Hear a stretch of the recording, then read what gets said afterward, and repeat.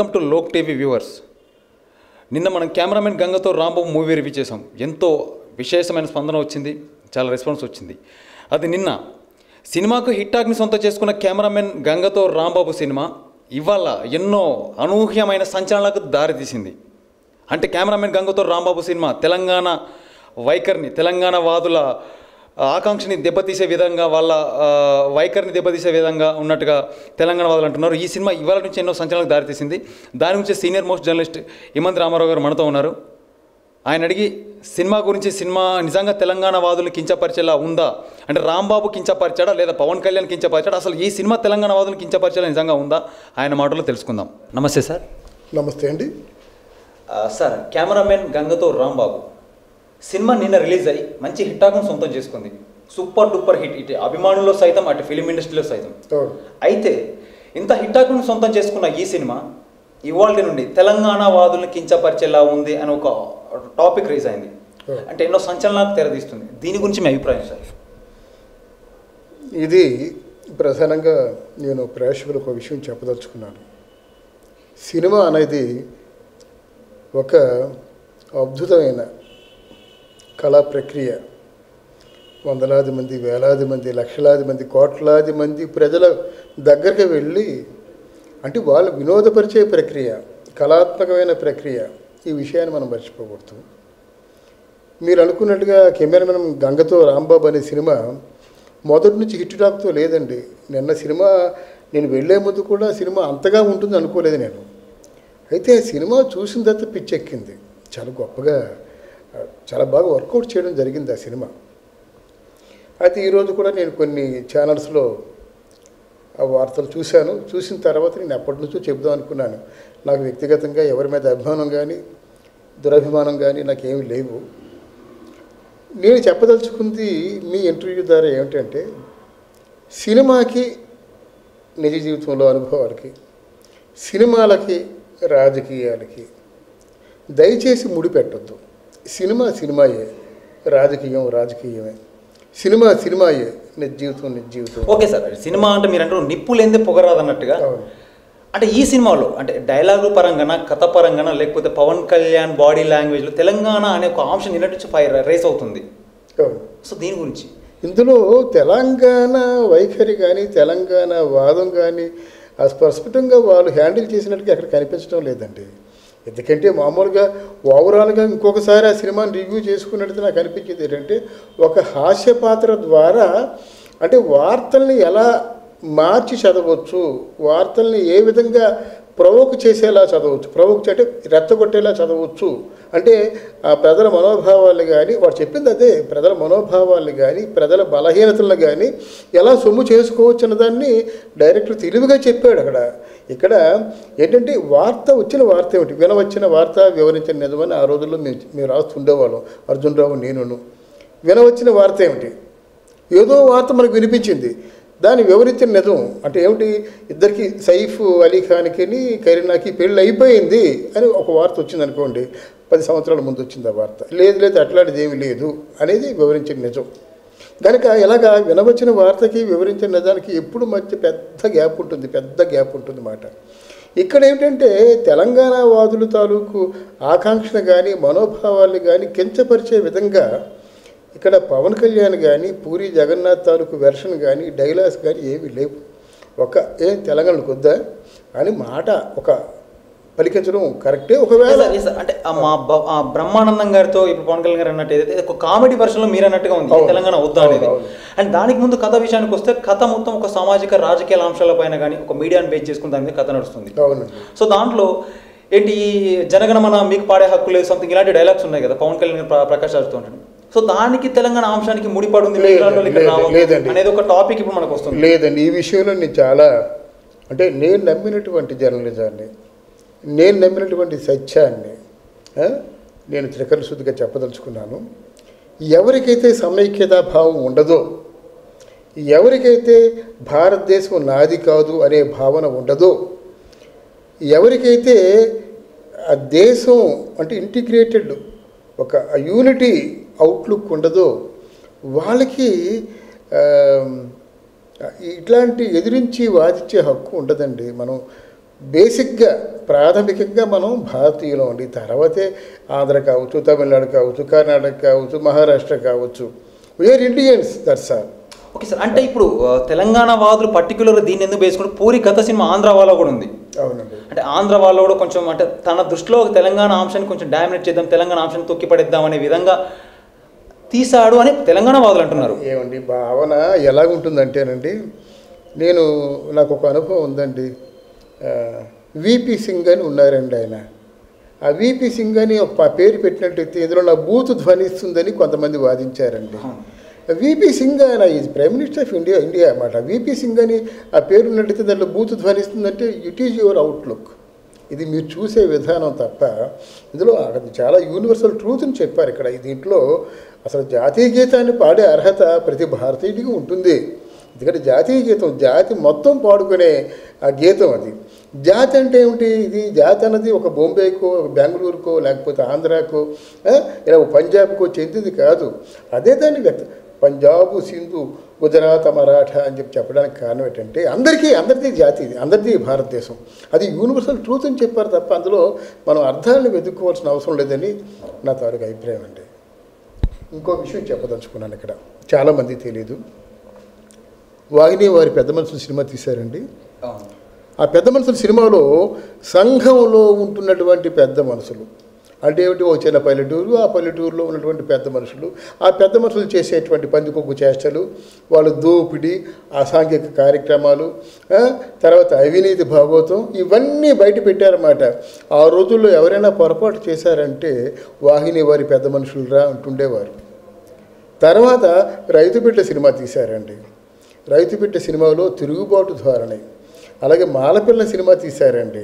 ఆ మాలపిల్ల సినిమా పెద్ద రెవల్యూషనరీ యాటిట్యూడ్తో ఉన్నటువంటి సినిమా అది. అలాగే రోజులు మారే సినిమా తీసుకుందాం. అలాగే మల్లీశ్వరంలో పద్మశాలి బ్యాక్గ్రౌండ్తో తీసినటువంటి చిత్రం అది. అలా ఒక కుల ప్రాతిపదిక మీద, జాతి ప్రాతిపదిక మీద, లేకపోతే ఇంకేదో ప్రాంతీయ ప్రాతిపదిక మీద ఎన్నో సినిమాలు వచ్చాయి. వాటిని మనం సినిమాలుగానే చూడాలి. అది మన వ్యక్తిగతమైన అనుభవాలతోనో వ్యక్తిగతమైన అనుభూతులతో మనం చూడకూడదండి. సినిమాని ఎప్పుడు దయచేసి ప్రతి ప్రేక్షకుడు కూడా సినిమాని సినిమాలా చూడండి. సినిమా అన్నది వినోదం కోసం, అంటే కేవలం 2.5 గంటల సేపు వినోదం కోసం అల్లబడినటువంటి ఒక కమనీయమైనటువంటి వినోదపు ప్రక్రియ అది. దాని జీవితాంతో ముడిపెట్టుకోవద్దండి. నిజ జీవితంలో మీ పాటలు ఉన్నాయా? నిజ జీవితంలో మీ డ్యాన్సులు ఉన్నాయా? నిజ జీవితంలో ఈ ఫైట్స్ ఉన్నాయా? నిజ జీవితంలో ఇంత రక్తపాతం ఉందా? నిజ జీవితంలో సుమోలు, హెలికాప్టర్లు, లేకపోతే ఇంకా ఈ చేజింగ్లు అవి ఉన్నాయా? నిజ జీవితంలో పాట ఏదో పాలకొల్లో ప్రారంభమయ్యి అమెరికాలోనూ ఆగుతుందా? ఎందుకండి? మరి ఇవన్నీ లాజిక్ దూరంగా ఉన్నప్పుడు సినిమాను మాత్రం ఎందుకు అనుకోరు? సినిమాను చూసినంతసేపు మనకి ఎంత వినోదాన్ని పంచిస్తుంది. మనం చూడని అందాలను చూస్తున్నాం దృశ్య రూపంలో, మంచి లొకేషన్స్ రూపంలో. మనం చూడని అందాలను చూస్తున్నాం నటీనటుల రూపంలో. మనం ఎప్పుడు మనకి తారసపోయినటువంటి, అంతకుముందు ఎప్పుడు నాటకాలు విరివిగా మన ఇళ్ల ముందే ఆడుతుండేవారు. ఇప్పుడు నాటకాలు అంతరించిపోయినాయి, జానపద కళారూపాలు కూడా అంతరించిపోయినాయి. బ్రతికి సజీవంగా ఉన్నది ఒక సినిమా ఒకటే. ఆ సినిమాలో అందాలు చూస్తున్నాం, అభినయాన్ని చూస్తున్నాం, హావభావాలు చూస్తున్నాం, ఆహార్యాన్ని, మంచి వేషధారణను చూస్తున్నాం.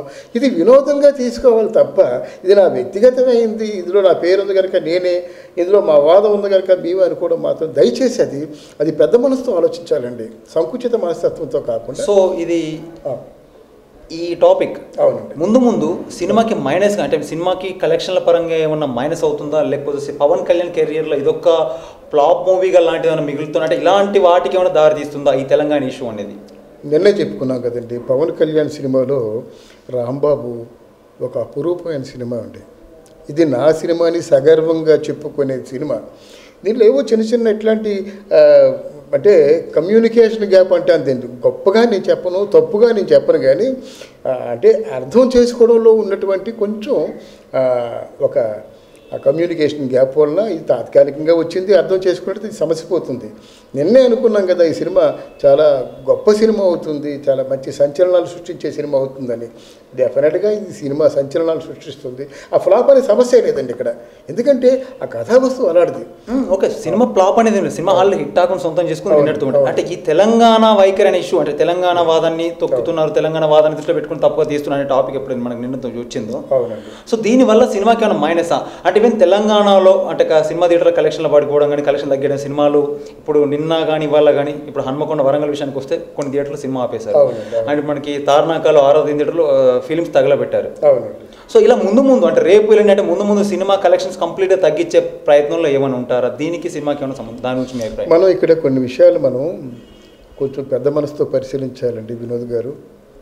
జై బోలో తెలంగాణ అనే సినిమా వచ్చినప్పుడు విశాఖపట్నంలో ప్రేక్షకులు రెడ్ కార్పెట్ వెల్కమ్ చెప్పి పూలమాలతో స్వాగతం చెప్పారండి. అది చాలా హెల్తీ వాతావరణం అన్నమాట, ఆరోగ్యకరమైనటువంటి పరిణామం అది. అలాగే ఏ సినిమా వచ్చినా, ఏ సినిమా అక్కడ ఆడుతున్నా సరే మనం పెద్ద మనసుతో మంచి మెసేజ్ ఇచ్చే సినిమాని పెద్ద మనసుతో స్వీకరించాలి. ఇది కేవలం భావోద్వేగాలు వల్ల ఈ తాటాకు మంట లాంటిది అన్నమాట. తాటాకు మంట గుప్పున ఎగసిపడుతుంది, చప్పున చల్లారిపోతుంది.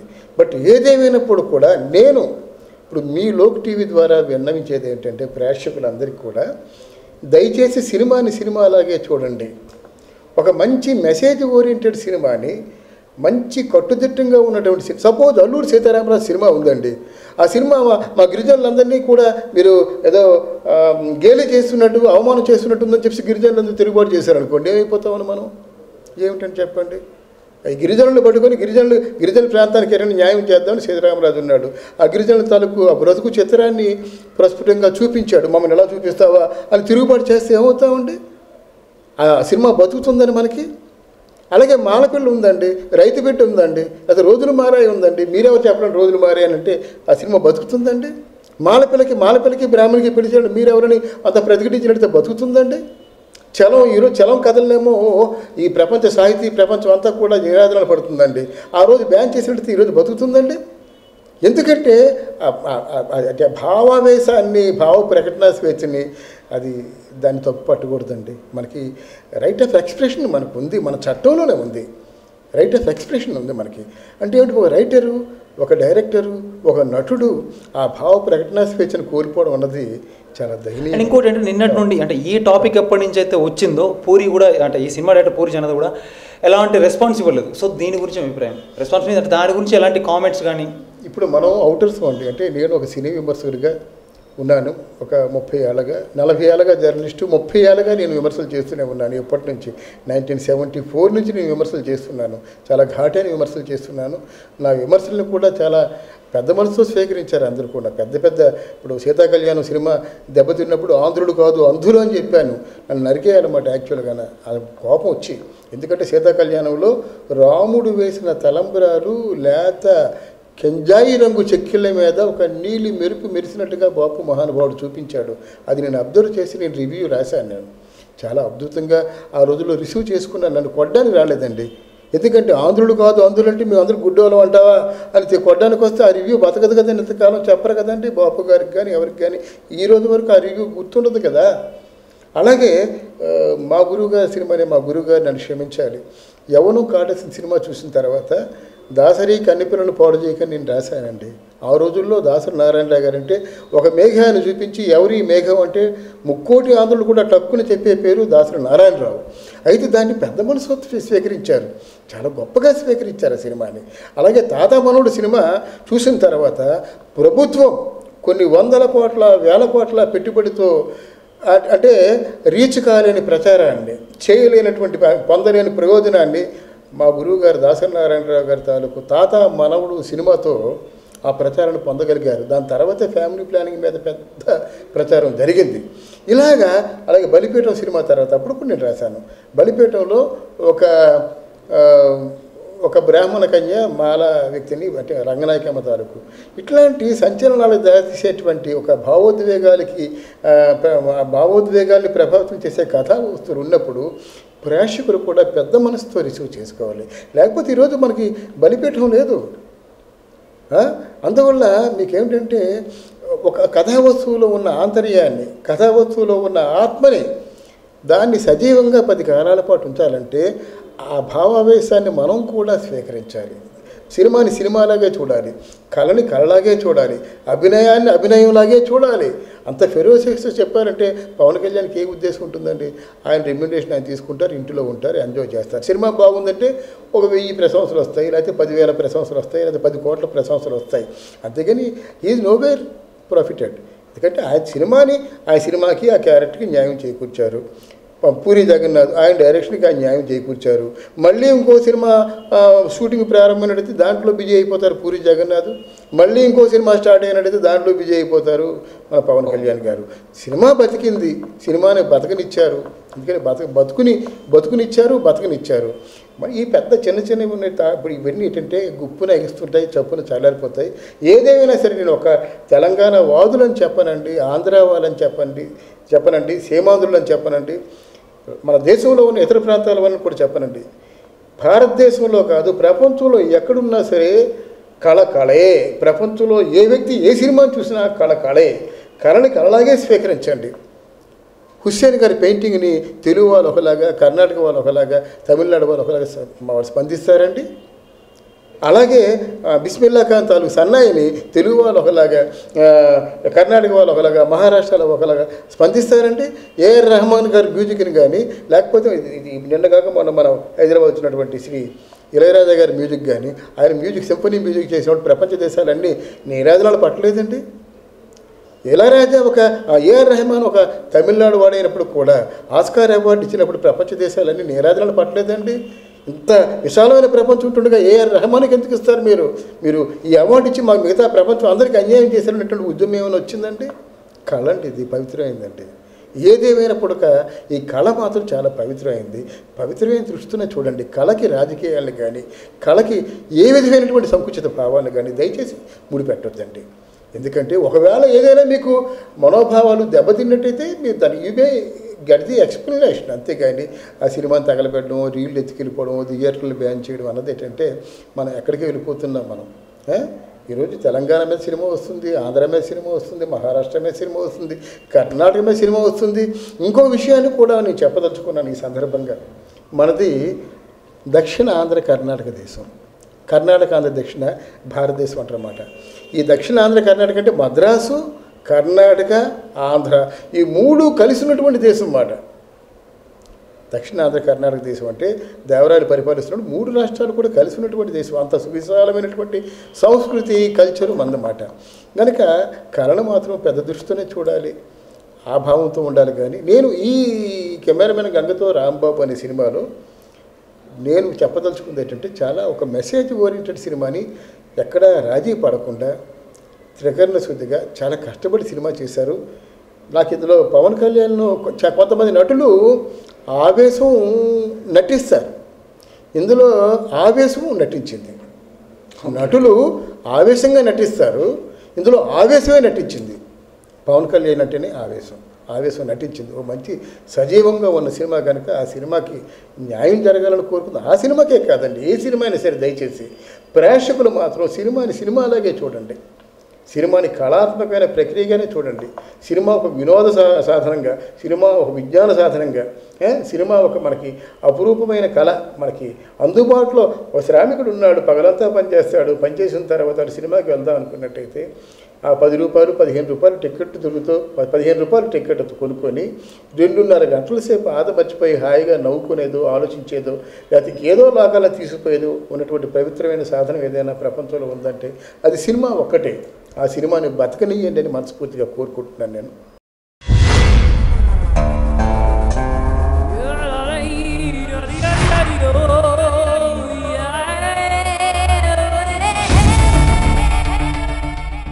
సరే, ఇప్పుడు అంటే మీరు చెప్పిన మోడల్ దగ్గరికి వస్తే ఈ కమ్యూనికేషన్ గ్యాప్ అంటే ఒక అన్నారు మీరు. సో కమ్యూనికేషన్ గ్యాప్ అనేది కాకుండా ఇప్పుడు పూరి జగన్నాథ్ కావచ్చు, ఈ cinema director, and Pavan Kalyan గారు కావచ్చు, సో వీళ్ళు ఒకటే స్టేట్మెంట్ ఇవ్వచ్చు కదా. అంటే ఇప్పుడు సినిమా దాదాపు ఇటు 2-3 డేస్ అవుతుంది అంటే ముందు సినిమాకి నష్టం కలగకుండా, అటు అభిమానుల్లో నిరుత్సాహం ఉండదు, అటు తెలంగాణ ప్రాంతం ఎవరైనా కూడా. ఇక్కడ మనం ప్రధానంగా ఒక విషయం చెప్పుకోవాలి వినోద్ గారు. పవన్ కళ్యాణ్ గారి స్టేట్మెంట్ ఇవ్వడం అన్నది ఆయన నటుడండి, నటుడు సినిమాలో నటించినంత వరకే. దేన్ని నటిస్తున్నాడు? డైరెక్టర్ ఇచ్చిన పాత్ర ఎలా నటిస్తున్నాడు? ఆ పాత్రతో ముడిపడిన పాత్రలకి అనుసంధానంగా నటిస్తున్నాడు, అంతే కదా. ఇందులో పవన్ కళ్యాణ్ తాలూకు కాంట్రిబ్యూషన్ చాలా తక్కువ. అయితే బాగా నటించాడు, అద్భుతంగా నటించాడు, పాత్రలు పండించాడు, మొత్తానికి పూరి జగన్నాథ్ గారు. ఇకపోతే పూరి జగన్నాథ్ గారు అంటే కరెక్ట్, ఎందుకంటే కథ క్రియేటర్ కనుక ఆయన సమాధానం చెప్పాల్సిన అవసరం ఉంటుంది. కానీ మనం ఒక్కసారి ఈ ఫీల్డ్లో ఉన్న వ్యక్తులుగా మనం ఆలోచించినట్టయితే, నిన్న సినిమా రిలీజ్ అయ్యిందండి, ఎన్ని థియేటర్లకు వెళ్ళింది, ఎన్ని థియేటర్కి ఆ పబ్లిసిటీ అందిందో లేదో, అక్కడ థియేటర్లో రెస్పాన్స్ ఎలాగుందో, లేకపోతే ఏమో అక్కడ కలెక్షన్స్ ఎలాగున్నాయో, అక్కడ ఇంకేమైనా ట్రబుల్స్ ఉన్నాయో లేదో, ఇక్కడ ల్యాబ్ ఉందనుకోండి, ల్యాబొరేటరీలో ఇంకా ప్రింట్లు కావాలా, లేకపోతే ఇంకేవో చిన్నటువంటి బ్యాలెన్స్ అమౌంట్లు ఉంటాయి కదా, అమౌంట్లు సర్దుబాట్లు అవి ఉంటాయి. సినిమా రిలీజ్ అయిపోయిన ఏంటో చూస్తూ ఉంటారు, వాళ్ళు వస్తుంటారు పోతుంటారు.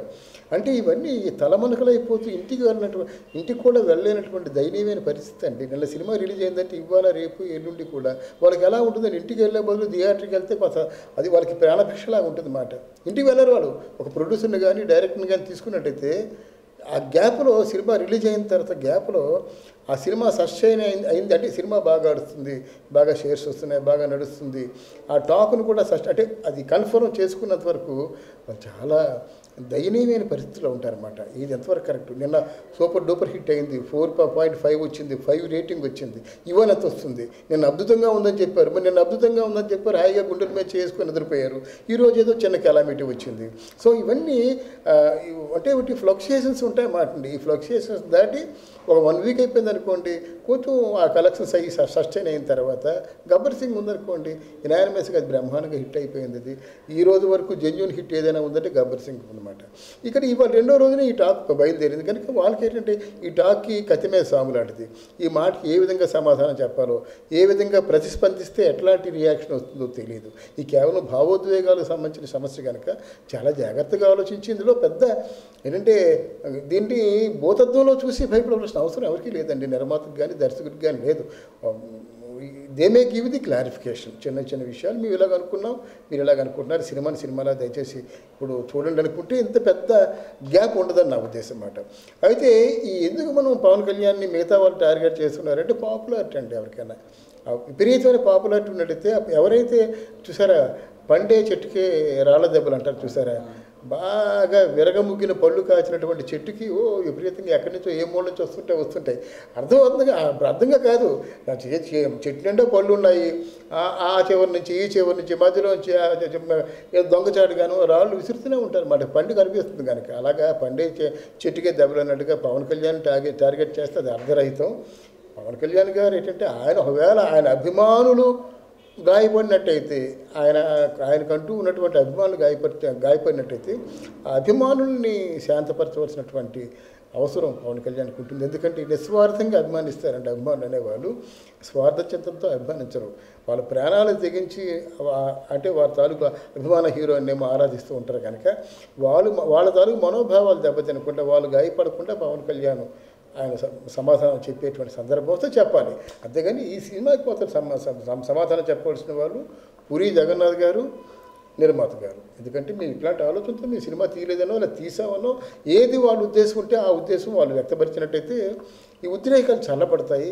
మంచి బంగారు లాంటి సినిమా, మంచి సూపర్ హిట్, ఒక సెన్సేషనల్ హిట్ అని టాప్ వచ్చిన సినిమాని 10 కాలాల పాటు బ్రహ్మాండంగా బ్రహ్మరథం పట్టేలాగా జనాలు అంటే బతికించుకునే అవకాశం కలుగుతుందని నా ఉద్దేశం అండి. థ్యాంక్ యూ అండి. థ్యాంక్ యూ వెరీ మచ్ అండి.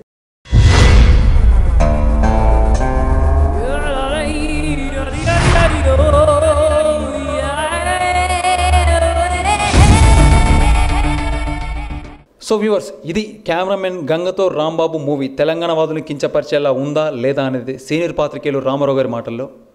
అండ్ మీరు లాగిన్ అవ్వండి www.loktv.net. నిజానికి అర్థం.